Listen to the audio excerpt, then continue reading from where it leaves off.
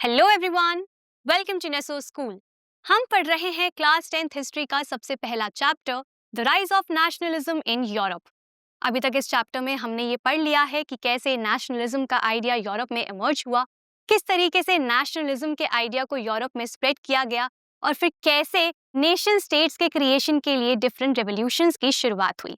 ये सब पढ़ लेने के बाद अब हम आ चुके हैं हमारे इस चैप्टर के आखिरी टॉपिक पर, जिसका नाम है नेशनलिज्म एंड इंपीरियलिज्म। और आज के इस लेक्चर में हम ये समझने वाले हैं कि कैसे लेट 19th सेंचुरी तक नेशनलिज्म का आइडिया इंपीरियलिज्म के आइडिया के साथ जुड़ जाता है और फिर किस तरीके से डिफरेंट कॉन्फ्लिक्ट्स के वजह से यूरोप में वर्ल्ड वॉर 1 की शुरुआत हो जाती है। तो चलिए आगे बढ़ते हैं और देख लेते हैं इस लेक्चर के टॉपिक्स। हमारे इस लेक्चर का एक ही टॉपिक होने वाला है जिसका नाम है नेशनलिज्म एंड इंपीरियलिज्म, जहां पर हम ये समझने वाले हैं कि इंपीरियलिज्म का मतलब क्या होता है, किस तरीके से नेशनलिज्म और इंपीरियलिज्म का आइडिया एक दूसरे के साथ जुड़ा, जिसके वजह से काफी ज्यादा कॉन्फ्लिक्ट्स की शुरुआत हुई बॉल्कन रीजन में और फिर कैसे वर्ल्ड वॉर 1 शुरू हुआ। ये टॉपिक आपके चैप्टर में यहाँ से लेकर यहाँ तक और फिर अगले पेज में यहाँ से यहाँ तक दिया गया है। तो बिना किसी देरी के आगे बढ़ते हैं और शुरू करते हैं। सबसे पहले यहाँ पे मतलब समझ लेते हैं इंपीरियलिज्म का। नेशनलिज्म का मतलब तो हम ऑलरेडी जानते हैं। नेशनलिज्म का मतलब होता है अपने देश के प्रति प्रेम, अपने देश के प्रति लॉयल्टी, उसी को नेशनलिज्म बोला जाता है। लेकिन इंपीरियलिज्म क्या होता है? इंपीरियलिज्म में इंपीरियल का मतलब होता है एक एम्परर या फिर एक देश जो कि किसी पर रूल करता है, कंट्रोल करता है। और इज्म हम कहाँ लगाते हैं? जब हम किसी आइडिया की बात करते हैं, किसी सिस्टम की बात करते हैं। तो यहाँ पर इंपीरियलिज्म एक ऐसा आइडिया है, एक ऐसा सिस्टम है जहाँ पर एक शक्तिशाली देश, एक बड़ा स्ट्रॉन्ग देश अपने से छोटे और कमजोर देश के ऊपर कब्जा करता है। कैसे कब्जा करता है? पॉलिटिकली, इकोनॉमिकली और कल्चरली। और वो उस देश के रिसोर्सेज को भी कंट्रोल करता है, एक्सप्लॉइट करता है। क्यों? ताकि वो देश अपनी खुद की पावर को बढ़ा सके, अपनी टेरिटरी को बढ़ा सके, एक्सपैंड कर सके और अपने डोमिनेंस को क्रिएट कर सके, स्ट्रॉन्ग बना सके। और उसी सिस्टम को, उसी आइडिया को इंपीरियलिज्म बोला जाता है। अब मैं उम्मीद करती हूँ आप सभी को इंपीरियलिज्म का मतलब क्लियर हो गया होगा। तो चलिए आगे बढ़ते हैं और ये समझ लेते हैं कि कैसे इंपीरियलिज्म के वजह से यूरोप में वॉर्स की शुरुआत हुई। तो यहाँ पर 19th सेंचुरी के लास्ट क्वार्टर तक नेशनलिज्म का जो ओरिजिनल आइडिया था वो बदल जाता है। यहाँ पर नेशनलिज्म का जो ओरिजिनल आइडिया होता है, जिसमें आइडियलिस्टिक आइडियाज होते हैं, यानी कि परफेक्ट आइडियाज होते हैं डेमोक्रेसी के, फ्रीडम के, इक्वालिटी के, जस्टिस के, जहाँ पर एक ऐसा सिस्टम लोग क्रिएट करना चाहते हैं जिसमें लोगों के पास वोटिंग राइट्स होंगे, जहाँ पर लोगों के पास आज़ादी होगी, डेमोक्रेसी एस्टैब्लिश्ड होगा। ये जो सेंटिमेंट्स थे नेशनलिज्म के अंदर, ये सेंटिमेंट्स बदल जाते हैं। कब बदल जाते हैं? 19th सेंचुरी के लास्ट क्वार्टर तक। लास्ट क्वार्टर का मतलब क्या हुआ? इसका मतलब हुआ 1875 से लेकर 1899 का जो पीरियड था, उस समय नेशनलिज्म का आइडिया जो है वो धीरे धीरे बदलने लग जाता है। और जो ओरिजिनल सेंटिमेंट्स होते हैं नेशनलिज्म के, वो अब नेशनलिज्म का आइडिया बचा नहीं पाता है और वो सभी आइडियाज, वो सभी सेंटिमेंट्स धीरे धीरे बदलने लग जाते हैं। और अब नेशनलिज्म सिर्फ एक नैरो क्रीड बन के रह जाता है, जिसमें लिमिटेड एंड्स को ही पूरा किया जाता है। अब यहाँ पर narrow creed with limited ends का मतलब क्या हुआ? इसका मतलब ये हुआ कि अब नेशनलिज्म का जो आइडिया था वो बहुत ज्यादा नैरो हो जाता है, बहुत ज्यादा लिमिटेड हो जाता है। पहले नेशनलिज्म का आइडिया बहुत ज्यादा वाइड था, उसके अंदर डिफरेंट आइडियाज आते थे, लेकिन अब ऐसा नहीं था। अब ये आइडिया जो था वो बहुत ज्यादा लिमिटेड हो चुका था, बहुत ज्यादा नैरो बन चुका था। ये अब ऐसा आइडिया बन चुका था जिसके अंदर सिर्फ लिमिटेड एंड्स को, मतलब कि लिमिटेड गोल्स को ही पूरा किया जा रहा था। लिमिटेड गोल्स का मतलब क्या हुआ? लिमिटेड एंड्स का मतलब क्या हुआ? कि यहाँ पर अब जो लोग थे एक नेशन के अंदर, वो सिर्फ सेल्फिश भावना के साथ सोच रहे थे। अब वो सिर्फ अपने फायदे के बारे में सोच रहे थे, दूसरों के फायदे के बारे में नहीं। और इसी वजह से यहाँ पर नेशनलिज्म का जो आइडिया था, जो बिलीफ था, वो नैरो बन जाता है, जिसमें सिर्फ लिमिटेड एंड्स पर ही फोकस किया जाता है। पहले नेशनलिज्म का आइडिया कहता था कि सभी के पास आजादी होनी चाहिए, सभी के पास इक्वालिटी होनी चाहिए, सभी नेशन स्टेट्स बनने चाहिए, करेक्ट। लेकिन अब क्या हो रहा था? अब नेशनलिज्म के नाम पर लोग ये कह रहे थे कि हमें अपनी पावर को बढ़ाना है, हमें अपनी नेशन की पावर को बढ़ाना है, और इसीलिए हम दूसरे नेशन पर कब्जा करेंगे। तो यहाँ पर इसी तरीके से नेशनलिज्म का जो आइडिया था वो धीरे धीरे बदल जाता है, और इसी पीरियड में नेशनलिस्ट ग्रुप्स भी आपस में लड़ने लग जाते हैं। धीरे धीरे वक्त के साथ क्या होता है, जो नेशनलिस्ट ग्रुप्स होते हैं अब वो आपस में ही लड़ने लग जाते हैं, क्योंकि वो अब एक दूसरे को बर्दाश्त नहीं कर पा रहे होते, और इसी वजह से वो रेडी हो जाते हैं जंग लड़ने के लिए। और इस पीरियड में एक और इम्पॉर्टेंट चीज होती है, वो क्या है? मेजर यूरोपियन पावर्स भी यहाँ पर मैन्युपुलेट करने की कोशिश करती हैं नेशनलिस्ट एस्पिरेशंस को। तो यहाँ पर नेशनलिस्ट ग्रुप्स ऑलरेडी एक दूसरे के साथ लड़ने के लिए तैयार हो जाते हैं, क्योंकि वो एक दूसरे को बर्दाश्त नहीं कर पा रहे होते, और साथ ही साथ इसी बात का फायदा उठाती हैं मेजर यूरोपियन पावर्स, जो कि मैन्युपुलेट करने की कोशिश करती हैं, चालाकी से ये कोशिश करती हैं कि वो पूरी सिचुएशन को अपने हिसाब से बदल सके और अपने गोल्स को इन सेंटिमेंट्स के थ्रू पूरा करवा सके। तो यहाँ पर मेजर यूरोपियन पावर्स क्या करती हैं? वो नेशनलिस्ट एस्पिरेशंस को, गोल्स को मैन्युपुलेट करती हैं, लोगों को मैन्युपुलेट करती हैं, ताकि वो अपने फायदे को पूरा कर सके, अपने इंपीरियलिस्ट एम्स को वो पूरा कर सके, और ज्यादा से ज्यादा रीजन्स को अपने अंडर, अपने कंट्रोल में ला सके। और इसका सबसे बड़ा एग्जाम्पल देखने को मिलता है बॉल्कन रीजन में, और इसीलिए इस चैप्टर में हम पढ़ने वाले हैं बॉल्कन रीजन के केस के बारे में, जहां पर नेशनलिस्ट टेंशन सबसे ज्यादा होते हैं 1871 के बाद।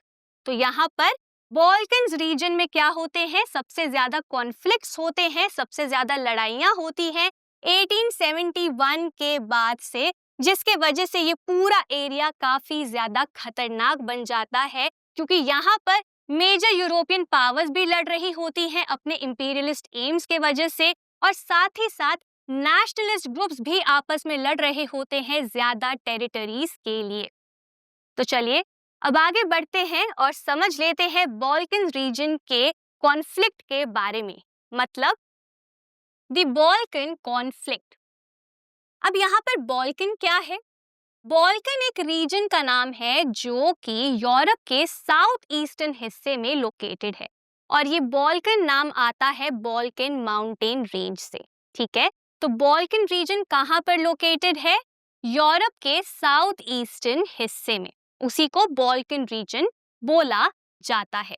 तो 19th सेंचुरी की अगर हम बात करें तो उस समय बॉल्कन रीजन के अंदर काफी ज्यादा एथनिक वेरिएशंस थी, और साथ ही ज्योग्राफिकली भी काफी ज्यादा वेरिएड था। मतलब कि इस पूरे रीजन के अंदर अलग अलग एथनिसिटीज के लोग रहते थे, अलग अलग कल्चर के लोग रहते थे, अलग अलग भाषा बोलने वाले लोग रहते थे। साथ ही साथ ज्योग्राफिकली भी ये एरिया बहुत ज्यादा अलग था, काफी ज्यादा वेरिएशंस थी इस रीजन के अंदर। कहीं पर पहाड़ थे तो कहीं पे डेजर्ट्स थे, तो इस तरीके से यहाँ पर काफी ज्यादा ज्योग्राफिकल वेरिएशंस थी, और साथ ही साथ एथनिक वेरिएशंस थी पूरे रीजन के अंदर। अब अगर इस रीजन के अंदर की स्टेट्स की बात करें, टेरिटरीज की बात करें, तो modern day Romania, Bulgaria, Albania, Greece, Macedonia, Croatia, Bosnia, Herzegovina, Slovenia, Serbia and Montenegro, ये सभी मॉडर्न डे जो कंट्रीज हैं वो उस समय इसी रीजन का एक हिस्सा थी, लेकिन तब ये सब देश नहीं बने थे। तो ये सभी मॉडर्न डे कंट्रीज उस समय बॉल्कन रीजन का ही हिस्सा थी, जहां पर अलग अलग एथनिसिटी के लोग साथ में रहते थे। ठीक है, अब इस पूरे रीजन में मेजॉरिटी में कौन थे? स्लाव्स थे। तो ज्यादातर इस रीजन में जो लोग रहते थे वो ब्रॉडली स्लाव्स कहलाते थे। स्लाव एक एथनिक ग्रुप का नाम है जिसके अंदर लोग डिफरेंट लैंग्वेजेस बोलते हैं। मतलब ये एक एथनिक ग्रुप है जिसके अंदर डिफरेंट भाषाएं हैं, डिफरेंट ट्रेडिशंस हैं, डिफरेंट कल्चर्स हैं। ठीक है, तो ब्रॉडली अगर हम देखें तो इस हिस्से में ज्यादातर जो लोग रहते थे वो क्या थे? वो स्लैव्स थे। तो यहाँ पर हमें बॉल्कन रीजन के बारे में क्या समझ में आया कि बॉल्कन रीजन यूरोप के साउथ ईस्टर्न हिस्से में लोकेटेड था, जिसके अंदर काफी ज्यादा एथनिक वेरिएशंस थी और ज्योग्राफिकल वेरिएशंस थी। Modern day Romania, Bulgaria, Albania, Greece जैसे देश वहां पर एग्जिस्ट करते थे और इस रीजन के अंदर मेजॉरिटी में जो लोग थे वो स्लैव्स कहलाते थे, जो कि एक एथनिक ग्रुप का नाम है। और ये पूरा जो रीजन था, इस रीजन का ज्यादातर हिस्सा किसके कंट्रोल में आता था? वो आता था ऑटोमन एम्पायर के कंट्रोल में। मतलब कि large part of the Balkans was under the control of Ottoman Empire. Ottoman Empire के बारे में हमने पहले भी पढ़ा है, ये एक इस्लामिक एम्पायर था। तो ये एम्पायर कंट्रोल करता था ज्यादातर हिस्सा इस पूरे रीजन का। तो यहाँ पर हमने समझ लिया है बॉल्कन रीजन के बारे में। अब आगे बढ़ते हैं और समझते हैं कि यहाँ पर क्या होता है। धीरे धीरे यहाँ पे स्प्रेड हो जाते हैं रोमांटिक नेशनलिज्म के आइडियाज। मतलब कि इस पूरे रीजन में, जो कि उस समय ऑटोमन एम्पायर के अंडर था, उस रीजन के अंदर जो लोग थे वो अब धीरे धीरे नेशनलिज्म की भावना के साथ आगे बढ़ने लगते हैं, क्योंकि यहाँ पर स्प्रेड हो जाता है रोमांटिक नेशनलिज्म का आइडिया। आप सभी को याद होगा रोमांटिक नेशनलिज्म के बारे में हमने पहले भी पढ़ा है, जहां पर कल्चर का इस्तेमाल किया गया था नेशनलिज्म को स्प्रेड करने के लिए। तो उस पूरे रीजन के अंदर स्प्रेड हो रहे थे आइडियाज रोमांटिक नेशनलिज्म के, और साथ ही साथ यहाँ पर जो ऑटोमन एम्पायर था वो भी अब डिसइंटीग्रेट होता जा रहा था। डिसइंटीग्रेट होने का मतलब क्या है कि ये पूरा एम्पायर जो था अब वो टूटता जा रहा था, ये अपना कंट्रोल खोते जा रहा था। तो इस समय रोमांटिक नेशनलिज्म का आइडिया बहुत ज्यादा स्प्रेड हो रहा था पूरे ही रीजन के अंदर, और साथ ही साथ ऑटोमन एम्पायर भी डिसइंटीग्रेट हो रहा था। और इसी वजह से बॉल्कन रीजन एक्सप्लोसिव बन चुका था। अब यहाँ पर एक्सप्लोसिव का मतलब कोई धमाका या ब्लास्ट नहीं है। यहाँ पर एक्सप्लोसिव का मतलब ये है कि इस रीजन में इतनी ज्यादा टेंशन्स बढ़ चुकी थी डिफरेंट ग्रुप्स के बीच में, ऑटोमन एम्पायर और लोगों के बीच में, कि अगर यहाँ पे कोई भी एक छोटा सा झगड़ा भी हो जाता, कॉन्फ्लिक्ट हो जाता, तो पूरी वॉर यहाँ पे छिड़ सकती थी। इसीलिए ये पूरा रीजन अब एक्सप्लोसिव बन चुका था। क्यों बन चुका था? क्योंकि यहाँ पर नेशनलिज्म का आइडिया आ चुका था और ऑटोमन एम्पायर भी डिसइंटीग्रेट हो चुका था। ऑटोमन एम्पायर ने यहाँ पर बहुत ज्यादा कोशिशें करी थी पूरे ही 19th सेंचुरी में कि वो किसी तरीके से अपने आप को स्ट्रॉन्ग बना ले, किसी तरीके से वो अपने आप को, अपनी पावर को स्ट्रेंथन कर ले, लेकिन वो इसमें अनसक्सेसफुल रहे। उन्होंने मॉडर्नाइजेशन को लाने की कोशिश करी, उन्होंने काफी ज्यादा इंटरनल चेंजेस को लाने की भी कोशिश करी, लेकिन उन सब कोशिशों के बावजूद यहाँ पर ऑटोमन एम्पायर को सक्सेस नहीं मिलता है, जिसके वजह से धीरे धीरे वो कमजोर पड़ जाते हैं 19th सेंचुरी में। और उसी कमजोरी का फायदा यहाँ पर नेशनलिस्ट ग्रुप्स उठाते हैं, और अब वो क्या करते हैं, धीरे धीरे वो ऑटोमन एम्पायर से आजादी हासिल करना शुरू कर देते हैं। तो जैसे जैसे ऑटोमन एम्पायर यहाँ पर डिसइंटीग्रेट होता जाता है, कमजोर पड़ता जाता है, वैसे वैसे ही एक एक करके सभी यूरोपियन सब्जेक्ट नेशनैलिटीज हट जाती हैं, पीछे हट जाती हैं और अपने आप को इंडिपेंडेंट डिक्लेयर कर देती हैं। तो यहाँ पर इसी बात का लोग फायदा उठाते हैं कि ऑटोमन एम्पायर कमजोर हो चुका है, और इसीलिए अब वो अपनी आजादी के लिए लड़ाई लड़ते हैं ऑटोमन एम्पायर के अगेंस्ट, जिसके वजह से ऑटोमन एम्पायर का डिसइंटीग्रेशन हो जाता है। अब यहाँ पर जो बॉल्कन रीजन के लोग थे वो किस आधार पर लड़ाई लड़ रहे थे, वो किस आधार पर आजादी मांग रहे थे? उनका ये कहना था कि वो पहले से ही आजाद थे। अब क्योंकि जैसे मैंने आपको बताया कि यहाँ पर रोमांटिक नेशनलिज्म स्प्रेड हो चुका था, इसीलिए लोग अब अपने कल्चर के बारे में जानते थे, अपने इतिहास के बारे में जानते थे। तो उसी इतिहास के बेसिस पर अब बॉल्कन रीजन के लोग ये कह रहे थे कि हम पहले से आजाद थे और हमारा कल्चर भी आपसे बहुत ज्यादा अलग है, इसीलिए हमें इंडिपेंडेंस चाहिए। हमें आपने आकर कंट्रोल किया है जबरदस्ती, फोर्सफुली। हम पहले से आजाद थे, आपने हमारी आजादी को छीना है। तो इसीलिए यहाँ पर बॉल्कन रीजन के लोग इंडिपेंडेंस की डिमांड करते हैं और पॉलिटिकल राइट्स की भी डिमांड करते हैं और कहते हैं कि हमारी हिस्ट्री ये प्रूफ है कि हम पहले से ही आजाद थे, लेकिन फिर फॉरेन पावर्स आई और उन्होंने हमें सबजुगेट किया, यानी कि हम पर अपना डोमिनेंस क्रिएट किया, हमें दबाया और हमारी इंडिपेंडेंस हमसे छीनी। और इसीलिए अब यहाँ पर वो इसी बेसिस पर लड़ाई लड़ते हैं ऑटोमन एम्पायर के अगेंस्ट। तो यहाँ पर अब क्या होता है, डिफरेंट रिबेलियस नेशनैलिटीज जो होती हैं बॉल्कन रीजन की, वो स्ट्रगल करती हैं, अटेम्प्ट्स करती हैं अपनी लॉन्ग लॉस्ट इंडिपेंडेंस को दोबारा से हासिल करने के लिए। तो यहाँ पर डिफरेंट स्लाविक नेशनैलिटीज आगे बढ़ती हैं, स्ट्रगल करती हैं, अपनी आइडेंटिटी को ढूंढती है और इंडिपेंडेंस के लिए स्ट्रगल करती हैं, लड़ती हैं ऑटोमन एम्पायर के अगेंस्ट। लेकिन जैसे जैसे ये सभी नेशनैलिटीज स्ट्रगल करती हैं अपनी आइडेंटिटी के लिए और इंडिपेंडेंस के लिए, उसी के साथ साथ ये पूरा एरिया जो होता है बॉल्कन का, ये और भी ज्यादा एरिया बन जाता है ऑफ इंटेंस कॉन्फ्लिक्ट। मतलब यहाँ पर धीरे धीरे इतने ज्यादा कॉन्फ्लिक्ट्स बढ़ने लग जाते हैं नेशनलिज्म के वजह से कि ये पूरा का पूरा एरिया इंटेंस कॉन्फ्लिक्ट का एरिया बन जाता है, जहाँ पर सीरीज ऑफ कॉन्फ्लिक्ट्स शुरू हो जाते हैं।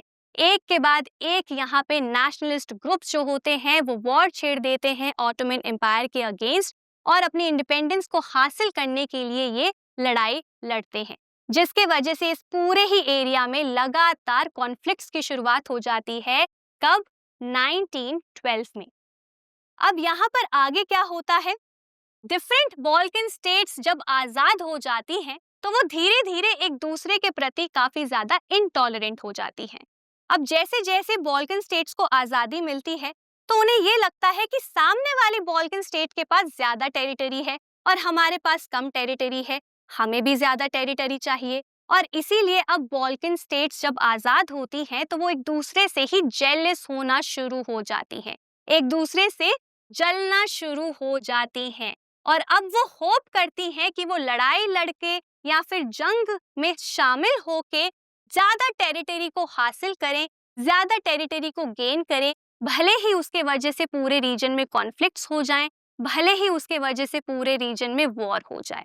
तो यहाँ पर जैसे जैसे बॉल्कन स्टेट्स आजादी पाती हैं, इंडिपेंडेंस पाती हैं, वैसे वैसे वो ज्यादा टेरिटरी के लिए आपस में ही लड़ने लग जाती हैं आउट ऑफ जेलेसी, जिसके वजह से अब ये रीजन और भी ज्यादा सेंसिटिव बन जाता है।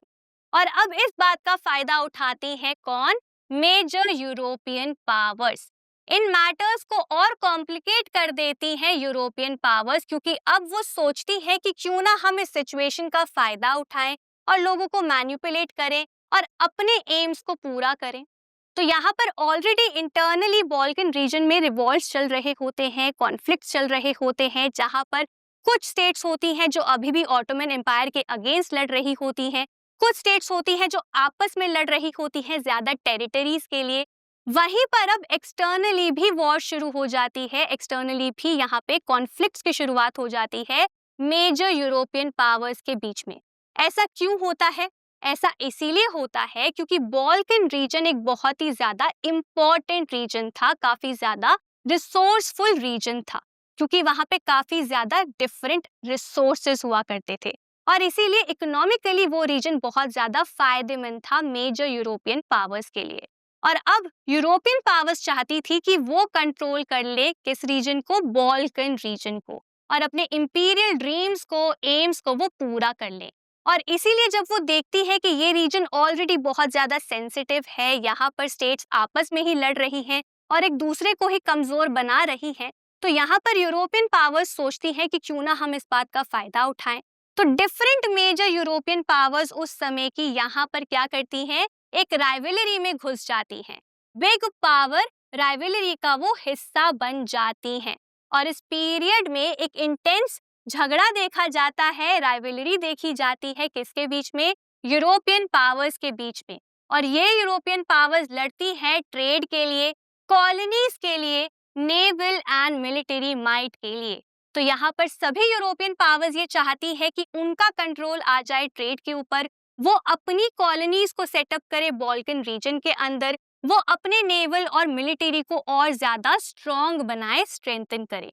तो इसीलिए यहाँ पे ये जो मैटर्स होते हैं बॉल्कन रीजन के, वो और भी ज्यादा कॉम्प्लिकेटेड हो जाते हैं, और भी ज्यादा कॉम्प्लेक्स और कठिन बन जाते हैं, क्योंकि अब बाहर से यूरोपियन पावर्स भी यहाँ पर शामिल होने लगती हैं। अब ये कौन कौन सी पावर्स थी? ये थी Russia, Germany, England and Austro Hungary. तो ये चारों मेजर पावर्स यहाँ पर एक दूसरे से ही लड़ने लग जाती हैं, ताकि वो बॉल्कन रीजन पर अपना कंट्रोल एस्टैब्लिश कर सके। और ये सभी पावर्स क्या करती हैं? ये कोशिश करती हैं कि अगर किसी का भी कंट्रोल ऑलरेडी बन रहा है बॉल्कन्स के ऊपर, तो उस कंट्रोल को वो काउंटर करे, उस कंट्रोल को वो हटा दे और अपना कंट्रोल सेटअप करें, एस्टैब्लिश करें, अपने कंट्रोल को वो एक्सटेंड करें उस पूरे एरिया के ऊपर। और इन्हीं सीरीज ऑफ कॉन्फ्लिक्ट्स के वजह से, सीरीज ऑफ लड़ाइयों के वजह से यहाँ पर वर्ल्ड वॉर 1 की शुरुआत हो जाती है। तो जब बॉल्कन रीजन में सीरीज ऑफ वॉर्स होती हैं इंटरनली एंड एक्सटर्नली, तो उसके वजह से फाइनली फर्स्ट वर्ल्ड वॉर की शुरुआत हो जाती है 1914 में, जिसे द ग्रेट वॉर भी बोला जाता है। तो यहाँ पर बॉल्कन रीजन में होने वाले कॉन्फ्लिक्ट्स के वजह से, जहाँ पर लोग ज्यादा टेरिटरी के लिए एक दूसरे के साथ लड़ते हैं और मेजर यूरोपियन पावर्स अपनी कंट्रोल को एस्टैब्लिश करने के लिए लड़ती हैं, उन्हीं कॉन्फ्लिक्ट्स के वजह से यहाँ पर पहला विश्व युद्ध भी शुरू हो जाता है। और इसी वजह से हम कह सकते हैं कि जब नेशनलिज्म का आइडिया इंपीरियलिज्म के साथ जुड़ता है, तो उसके वजह से यूरोप में एक डिजास्टर हो जाता है 1914 में, जिसे हम कहते हैं द फर्स्ट वर्ल्ड वॉर। तो यहाँ पर मेजर यूरोपियन पावर्स के इंपीरियलिस्ट ड्रीम्स के वजह से, एम्स के वजह से, और बॉल्कन स्टेट्स के ज्यादा टेरिटरी के लालच के वजह से यूरोप में सबसे बड़ा डिजास्टर हो जाता है 1914 में। अब यहाँ पर ऑलरेडी कई सारे ऐसे देश थे, कई सारी ऐसी यूरोपियन पावर्स थी जो कि वर्ल्ड की डिफरेंट कंट्रीज पर कंट्रोल कर रही थी। तो यहाँ पर वर्ल्ड की कई सारी कंट्रीज थी जिनके ऊपर कॉलोनीज बना रखी थी, जिनके ऊपर यूरोपियन पावर्स ने अपने इंपीरियलिस्ट आइडियाज को, गोल्स को ऑलरेडी फुलफिल कर लिया था। तो कई सारी कंट्रीज वर्ल्ड की ऐसी थी जो कि कॉलोनाइज्ड हो चुकी थी यूरोपियन पावर्स द्वारा। और इसका सबसे बड़ा एग्जाम्पल क्या था? ब्रिटेन। क्योंकि ब्रिटेन एक ऐसा देश था जिन्होंने मैक्सिमम, सबसे ज्यादा कंट्रीज को कॉलोनाइज किया था। वहां पर उन्होंने रिसोर्सेज को भी बहुत ज्यादा एक्सप्लॉइट किया था अपनी पावर को बढ़ाने के लिए, अपने फायदे के लिए। तो कई सारे देश ऐसे थे वर्ल्ड के जो कि कॉलोनाइज हो चुके थे यूरोपियन पावर्स द्वारा 19th सेंचुरी में। लेकिन धीरे धीरे अब ये सभी देश अपोज करने लग गए थे इंपीरियल डोमिनेशन को। तो अब धीरे धीरे एंटी इंपीरियल मूवमेंट्स भी शुरू हो चुके थे वर्ल्ड में, जहां पर डिफरेंट कंट्रीज जो कि कॉलोनाइज थी, वो अब इंपीरियल डोमिनेशन के अगेंस्ट क्या करती हैं? मूवमेंट्स करती हैं, अपनी आजादी के लिए वो लड़ाई लड़ती हैं। और ये जो एंटी इंपीरियल मूवमेंट्स होते हैं, ये सभी मूवमेंट्स नेशनलिस्ट होते हैं। मतलब कि यहाँ पर ये सभी लोग लड़ रहे होते हैं अपनी आजादी के लिए, अपने नेशन स्टेट्स की आजादी के लिए, सॉवरेनिटी के लिए, लेकिन उन सब के अंदर देशभक्ति की भावना होती है। इसीलिए ये जो एंटी इंपीरियल मूवमेंट्स होते हैं जो कि अपोज करते हैं इंपीरियल डोमिनेशन को, ये सभी मूवमेंट्स भी नेशनलिस्ट ही होते हैं। पहले जो नेशनलिस्ट मूवमेंट्स हो रहे थे यूरोप के अंदर, वो मोनार्की के अगेंस्ट हो रहे थे, लेकिन अब नेशनलिस्ट मूवमेंट्स हो रहे थे इंपीरियलिज्म के अगेंस्ट, जहां पर सभी कंट्रीज स्ट्रगल कर रही थी ताकि उनको एक इंडिपेंडेंस मिल जाए अपने देश के लिए। तो यहाँ पर ऑलरेडी नेशन स्टेट्स बन चुकी थी, एस्टैब्लिश हो चुकी थी, और अब वो नेशन स्टेट्स स्ट्रगल कर रहे थे अपने इंडिपेंडेंस के लिए, अपने सॉवरेनिटी के लिए। और उन सभी कंट्रीज के लोगों के अंदर एक ही भावना थी, और वो भावना थी कलेक्टिव नेशनल यूनिटी की, कि हम सब एक हैं, हम सब यूनाइटेड हैं, और ये हमारा नेशन है जिसके लिए हमें आजादी चाहिए। तो हर जगह वर्ल्ड में डिफरेंट लोग जो कॉलोनाइज थे, वो सभी डिफरेंट तरीके के मूवमेंट्स कर रहे थे, डिफरेंट तरीके के स्ट्रगल्स कर रहे थे। सभी का अपना अलग तरीका था नेशनलिस्ट मूवमेंट्स को कैरी करने का, तो हर जगह हम कह सकते हैं कि डिफरेंट वैरायटी ऑफ नेशनलिज्म देखने को मिला, लेकिन सभी लोगों के बीच में एक कॉमन आइडिया था जो अब एस्टैब्लिश हो चुका था, और वो आइडिया ये था कि सोसाइटीज को नेशन स्टेट्स के तरह ही ऑर्गेनाइज्ड होना चाहिए। तो ये जो आइडिया था कि अब सोसाइटीज एक नेशन स्टेट्स के तरह ही ऑर्गेनाइज होंगी, अब ये आइडिया एक्सेप्ट किया जा रहा था नेचुरल और यूनिवर्सल आइडिया के तरह। पहले के वक्त में क्या था यूरोप में? पहले के वक्त में नेशन स्टेट्स जैसा कुछ एग्जिस्ट ही नहीं करता था। सिर्फ एम्पायर्स हुआ करते थे, बड़े बड़े राज्य हुआ करते थे, देश हुआ ही नहीं करते थे। लेकिन अब ये आइडिया कॉमन हो चुका था, अब ये आइडिया सभी ने एक्सेप्ट कर लिया था कि नहीं, मोनार्की नहीं होनी चाहिए, एम्पायर्स नहीं होने चाहिए, राजा का राज नहीं होना चाहिए, लोगों के पास पावर होनी चाहिए, नेशन स्टेट का क्रिएशन होना चाहिए, नेशन स्टेट्स के पास इंडिपेंडेंस होनी चाहिए। तो अब एक आइडिया जो पहले एग्जिस्ट करता था वो आइडिया चेंज हो गया था, और अब इस आइडिया को सब लोग एक्सेप्ट कर रहे थे कि सोसाइटीज को नेशन स्टेट्स के तरह ही ऑर्गेनाइज करना चाहिए, नेशन स्टेट्स के तरह ही क्रिएट करना चाहिए। और इसी तरीके से नेशनलिज्म का आइडिया यूरोप में भी स्प्रेड होता है और धीरे धीरे वर्ल्ड की डिफरेंट कंट्रीज में भी स्प्रेड होता है इंपीरियलिज्म के वजह से, जिसके बाद कई देशों में डिफरेंट मूवमेंट्स होते हैं और नेशन स्टेट्स का क्रिएशन हो जाता है। तो यहाँ पर हमने ये समझ लिया है कि किस तरीके से बॉल्कन रीजन में कॉन्फ्लिक्ट्स होते हैं इंपीरियलिस्ट सोच के वजह से, नेशनलिज्म की सोच के वजह से जो मिक्स हो जाते हैं इंपीरियलिज्म के साथ, जिसके बाद वहां पर वर्ल्ड वॉर 1 भी छिड़ जाती है। और फिर हमने समझा कि कैसे धीरे धीरे वक्त के साथ एंटी इंपीरियल मूवमेंट्स की शुरुआत होती है, जहां पर इंपीरियलिज्म को हटाया जाता है और नेशन स्टेट्स को क्रिएट किया जाता है। इसी के साथ हमारा ये टॉपिक यहीं पर खत्म होता है। अब आपके चैप्टर में एक इम्पॉर्टेंट पेंटिंग दी गई है, चलिए इस पेंटिंग को भी डिस्कस कर लेते हैं। ये पेंटिंग बनाई गई है ब्रिटेन के इंपीरियल रूल के ऊपर। बेसिकली इस पेंटिंग में ब्रिटेन द्वारा किए गए इंपीरियल रूल को ग्लोरीफाई किया गया है। ठीक है, यहाँ पर ब्रिटेन के नेशनल प्राइड को दिखाया गया है। यहाँ पर ये दिखाया गया है कि ब्रिटेन कितना ज्यादा प्राउड था इस बात पर कि उसने कई सारी कंट्रीज को अपने कंट्रोल के अंडर लिया। तो यहाँ पे उसी को दर्शाया गया है इस पेंटिंग के थ्रू। यहाँ पर अगर आप देखें तो ये जो मैप है, इस मैप में उन सभी कंट्रीज को, उन सभी टेरिटरीज को हाईलाइट किया गया है।